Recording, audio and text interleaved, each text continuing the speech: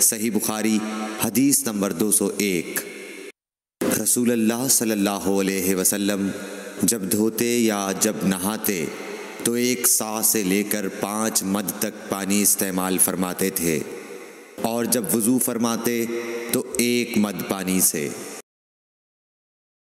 صحیح بخاری حدیث نمبر 202۔ سعد بن ابی وقاص رضی اللہ تعالی عنہ رسول کریم صلی اللہ علیہ وسلم سے نقل کرتے ہیں کہ رسول کریم صلی اللہ علیہ وسلم نے موزوں پر مسح کیا۔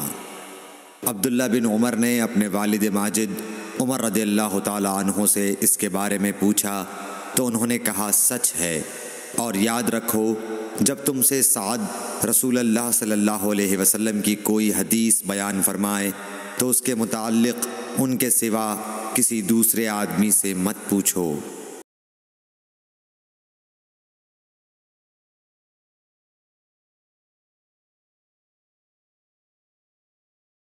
صحیح بخاری حدیث نمبر 203۔ ایک دفعہ آپ صلی اللہ علیہ وسلم رفع حاجت کے لیے باہر گئے تو مغیرہ پانی کا ایک برتن لے کر آپ کے پیچھے گئے۔ جب آپ قضائے حاجت سے فارغ ہو گئے تو مغیرہ نے آپ کو وضو کراتے ہوئے آپ کے اعضائے مبارکہ پر پانی ڈالا۔ آپ نے وضو کیا اور موزوں پر مسح فرمایا۔ صحیح بخاری حدیث نمبر 204۔ جعفر بن عمرو بن امیہ زمری کو ان کے باپ نے خبر دی کہ انہوں نے رسول کریم صلی اللہ علیہ وسلم کو موزوں پر مسح کرتے ہوئے دیکھا۔ صحیح بخاری حدیث نمبر 205۔ جعفر بن عمرو اپنے باپ سے روایت کرتے ہیں کہ میں نے رسول اللہ صلی اللہ علیہ وسلم کو اپنے عمامے اور موزوں پر مسح کرتے دیکھا۔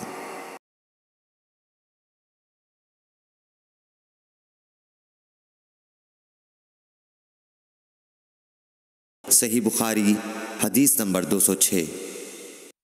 مغیرہ فرماتے ہیں کہ میں ایک سفر میں رسول کریم صلی اللہ علیہ وسلم کے ساتھ تھا تو میں نے چاہا کہ وضو کرتے وقت آپ کے موزے اتار ڈالوں۔ آپ نے فرمایا کہ انہیں رہنے دو، چونکہ جب میں نے انہیں پہنا تھا تو میرے پاؤں پاک تھے، یعنی میں وضو سے تھا، بس آپ نے ان پر مسح کیا۔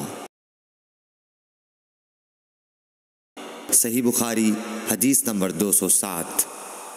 رسول کریم صلی اللہ علیہ وسلم نے بکری کا شانہ کھایا، پھر نماز پڑھی اور وضو نہیں کیا۔ صحیح بخاری حدیث نمبر 208۔ جعفر بن عمرو بن امیہ نے اپنے باپ عمرو سے خبر دی کہ انہوں نے رسول اللہ صلی اللہ علیہ وسلم کو دیکھا کہ آپ بکری کے شانے سے کاٹ کاٹ کر کھا رہے تھے۔ پھر آپ نماز کے لیے بلائے گئے تو آپ نے چھری ڈال دی اور نماز پڑھی، نیا وضو نہیں کیا۔ صحیح بخاری حدیث نمبر 209۔ سوید بن نعمان رضی اللہ تعالی عنہ نے خبر دی کہ فتح خیبر والے سال وہ رسول اللہ صلی اللہ علیہ وسلم کے ساتھ صحبہ کی طرف جو خیبر کے قریب ایک جگہ ہے پہنچے۔ آپ صلی اللہ علیہ وسلم نے عصر کی نماز پڑھی، پھر ناشتہ منگوایا تو سوائے ستو کے اور کچھ نہیں لایا گیا۔ پھر آپ نے حکم دیا تو وہ بھگو دیا گیا۔ پھر رسول کریم صلی اللہ علیہ وسلم نے کھایا اور ہم نے بھی کھایا۔ پھر مغرب کی نماز کے لیے کھڑے ہو گئے، آپ نے کلی کی اور ہم نے بھی۔ پھر آپ نے نماز پڑھی اور نیا وضو نہیں کیا۔